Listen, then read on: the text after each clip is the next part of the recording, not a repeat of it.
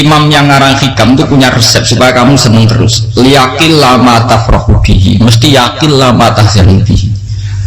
Usahakan sedikit sekali apa yang bikin kamu seneng, maka akan sedikit sekali yang bikin kamu susah. Jadi misalnya kulo jadi kiai, misalnya cari wong ya kulo kiai wong alim, jelas nak ngalimi ngalim, nak kiai rapati ya, nak ngalimnya jelas. Nah nak kiai rapati, nah kan kiai tapi ra ngalim.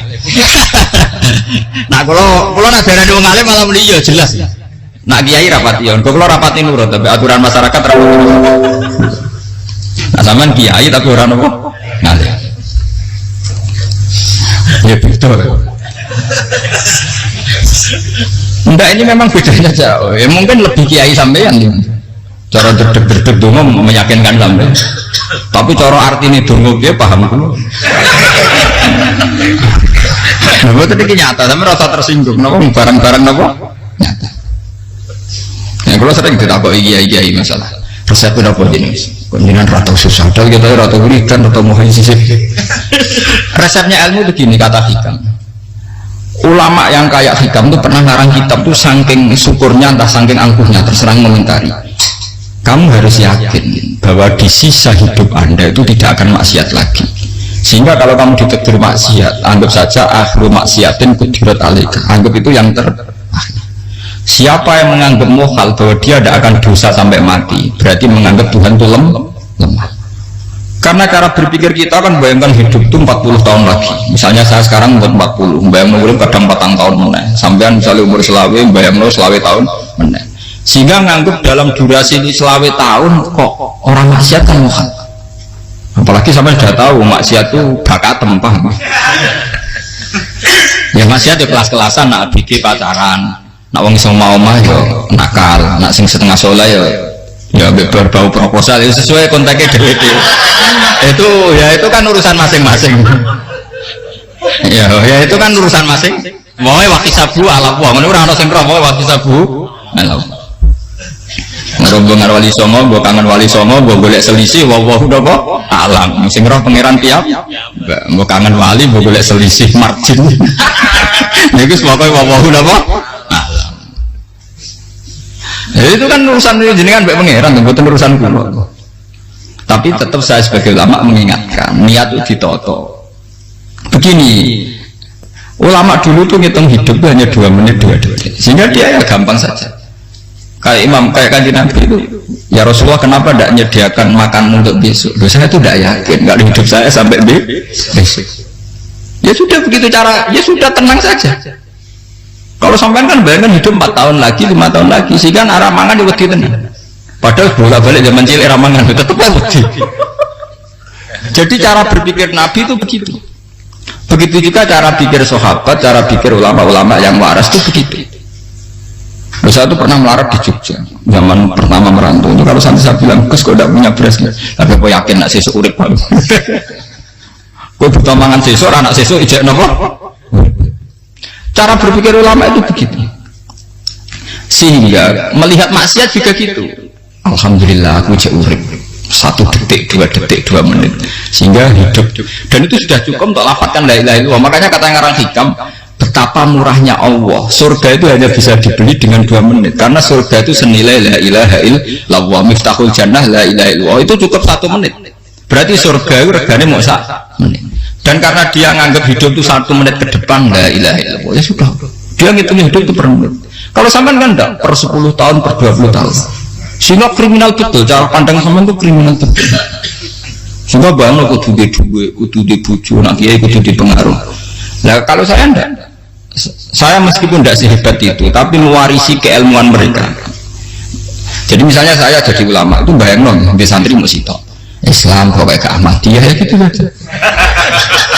Ya pokoknya sudah gitu. Orang bayang santri yang pimpinan fatwa khusyuk salam tempel demen gelo, demen apa? Bertanyakan santri-santri saya itu mungkin belum pernah nyuri saya bikin kopi, bisa dihitung. Karena saya sederhana saja. Misalnya saya pergi dari Jogja ini yang nyata salam, bayang bojo wis maca, bawa kopi, buka lawang malah kecewa. Seperti umumnya orang kan gitu, semerantau ada bayang bojo ku nyambut, digawe kopi, digodhog banyu hangat teman, bareng teko bojone wangep kukur-kukur. Karena tarifnya dia ideal, maka mudah kecewa kalau itu tidak jadi. Nak kula mboten sebaiknya kok Yogya bojoku cek uta Islam. Nak salat 5 bulan ya sudah gitu kan. Pakai standar-standar yang minimalis. Saya dari rumah bangun sampai ngaji ya, pokoknya melek ya sudah nak salat demadem nopo. Mulane sudah gitu. Andai kan saya pakai standar maksimal maka akan mudah kecil. Rasulullah juga begitu. Rasulullah itu ngadepi Sayyidah Aisyah itu ya begitu, ngadepi Hasan Husain.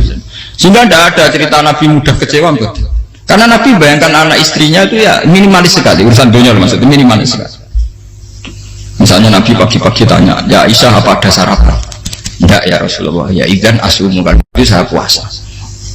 Kalau sampean usul-usul juga no kopi umbejo opo, itu kan repot. Muni-muni itibak sunnah Rasul tapi tidak pernah sampai mendekati sunnah Nabi Rasul. Sehingga ya tenang saja Nabi. Saya tahu alhamdulillah bisa niru dalam gitu-gitu tuh bisa. Makanya kan kiai muda paling enjoy.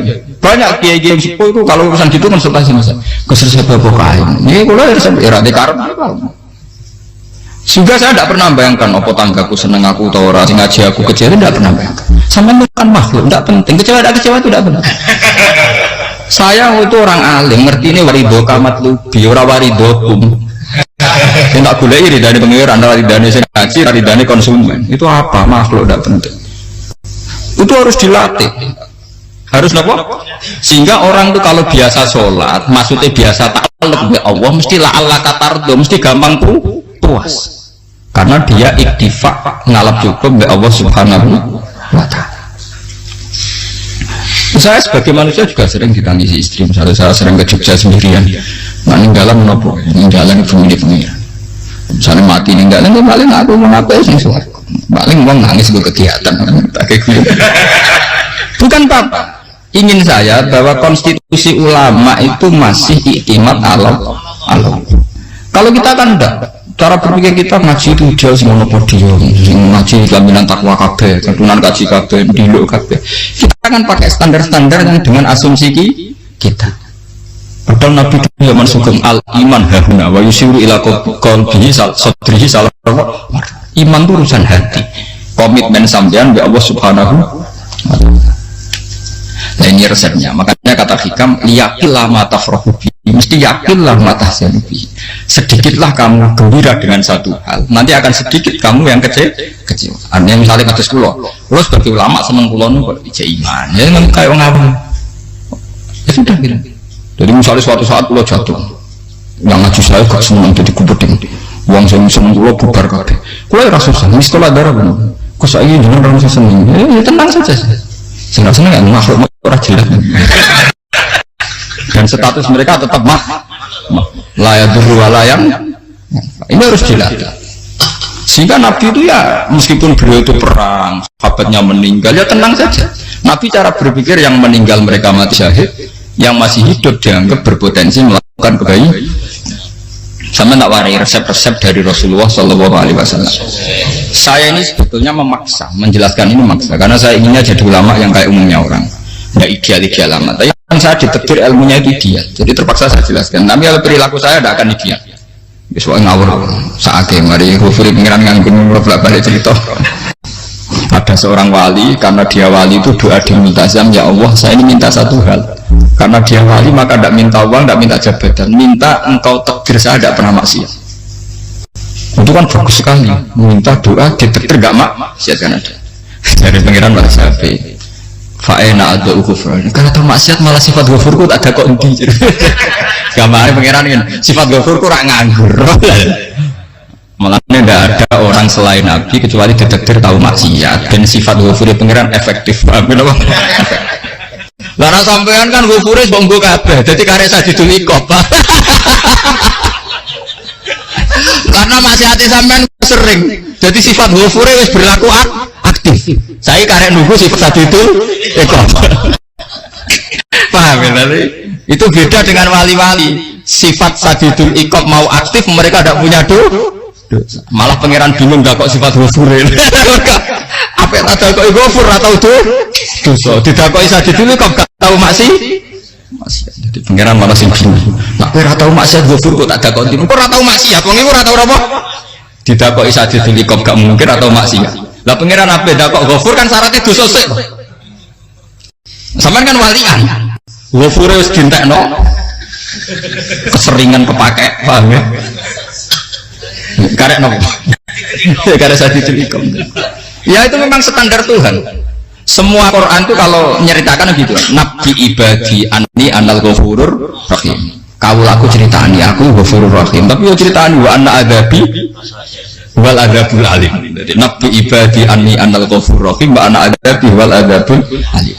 Kalau Nabi Ibrahim, Nabi Muhammad, inna rabbaka lasari'ul iqab. Pangeran cepat nyiksane. Tapi wa innahu laghafurur. Jadi dua sifat ini pasti aktif. Dan tentu ulama itu senang sifat ghafur itu ya meskipun aktif, tapi mereka tidak pernah ngambil fasilitas sifat apa?